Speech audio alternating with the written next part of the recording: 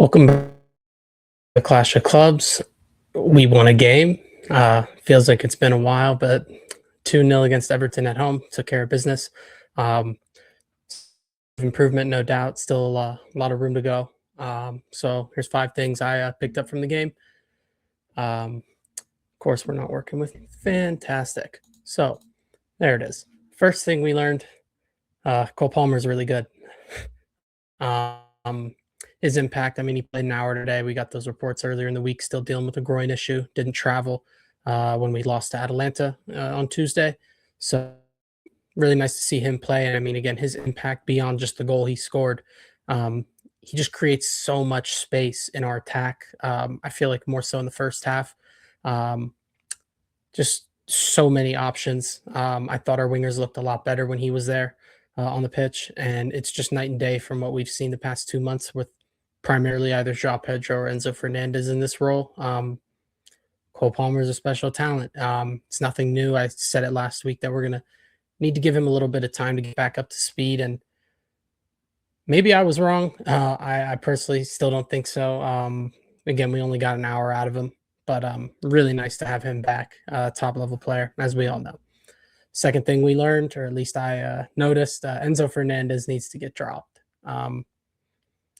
I think he's been fantastic for us, but you're starting to see how leggy he is. I think we saw it in this bad run of form we had to, especially in the Champions League midweek. I feel like in a perfect world, this is where you put Lavia in and let Enzo maybe come off the bench, try and impact games, open teams up when their structure starts to loosen up a little bit during games, but we do not have that luxury. We saw a double pivot of Malo Gusto and Reece James in possession this game. Enzo and Palmer in those half spaces everyone's always talking about. But I felt like he killed a few tacks today on his own. He did not have his best final ball. Still didn't have I wouldn't say like the worst performance I've ever seen from Enzo Fernandez, but there were some moments in that game. I think it was in the first half. He had a golden opportunity to play someone through on goal and just it's not there right now. He needs a break. He's getting run into the ground. I feel like this is something we've talked about with a lot of the squad. Cucurella probably deserves a shout in here too.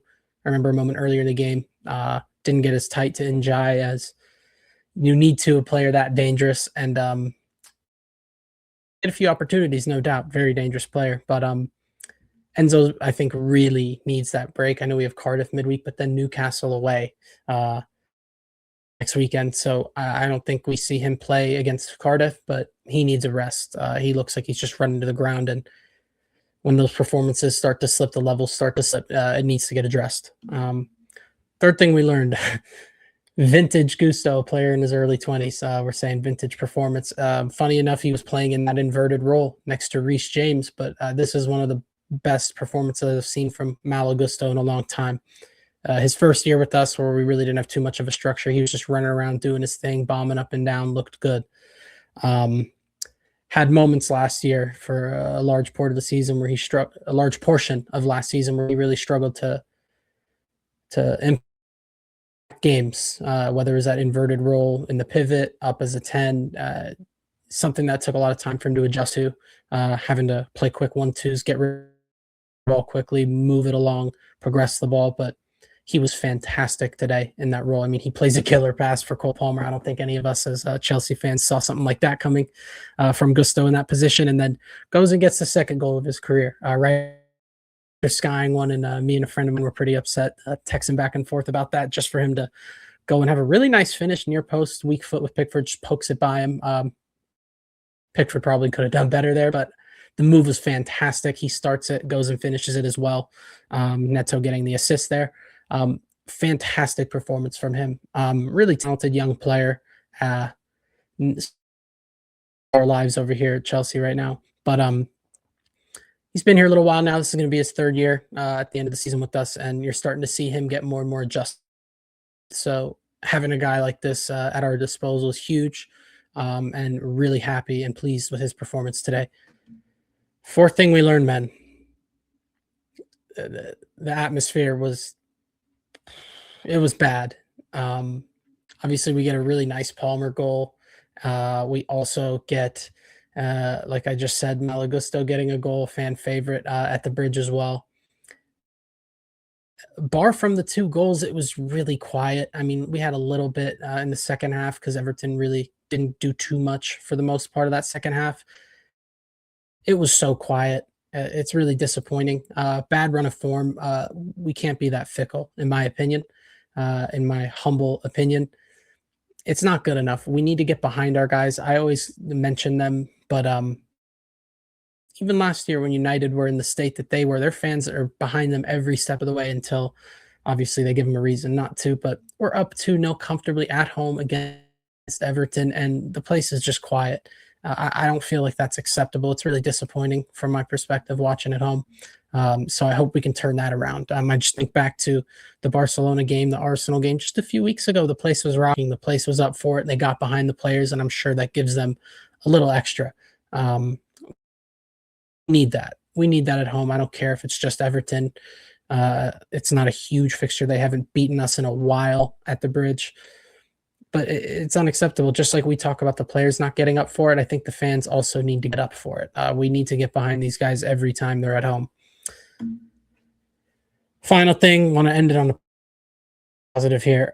This center back pairing has been nothing short of fantastic.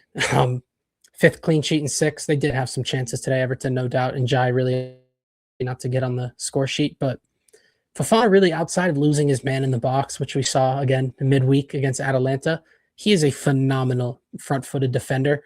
And when you have a guy like that, it makes the job so much easier for the guy next to you. And I think Chalobah, with that pressure not on his shoulders, is able to really shine. Chalobah himself also has a huge, crucial block late in the game to make sure there's no chance for Everton to get back into it. He had a few moments isolated with the guy where he was stuck with it and got the job done. I think both of these guys were phenomenal today. And that also, I feel like Robert Sanchez deserves a mention here. Having a goalkeeper in the form that he's in, it breeds so much confidence in that back line. We know the quality of our fullbacks. And these two have stepped up big time. Chalobah, especially, he had a rough patch of form playing next to their halves in this team. But Wesley Fofana and Chalobah as a pairing has been huge for us. As much as I love Achampong and need to see him play, when I see this pairing, I'm okay.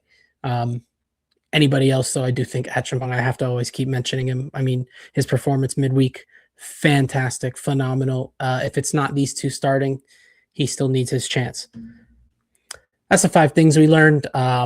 All in all, I think it was a solid performance. We showed some flashes. I was really happy to get 2 clean open play goals. It feels like we've been overly relying on creating from set pieces, whether that be direct corners, second balls, free kicks. I thought it was really important to score the goals we scored today. We showed flashes, but again, in that final third, it just did not click all the way. It did click enough, clearly, but their performance definitely leaves something to be desired. I'm personally okay with it. The fact that Everton really didn't get into the game too much in the second half, they really only had a period of about 10 to 15 minutes of success towards the end of the first half, and showed resilience. We were able to see the game out, clean sheet. So huge momentum. Again, take care of business in the cup midweek, and then Newcastle away. That's a huge, huge game for us. So again, we need to end this December bullshit. We need to lock in and take care of business. Thank you guys for watching. Like, comment, subscribe. Let me know what you think, and I will talk to you guys later.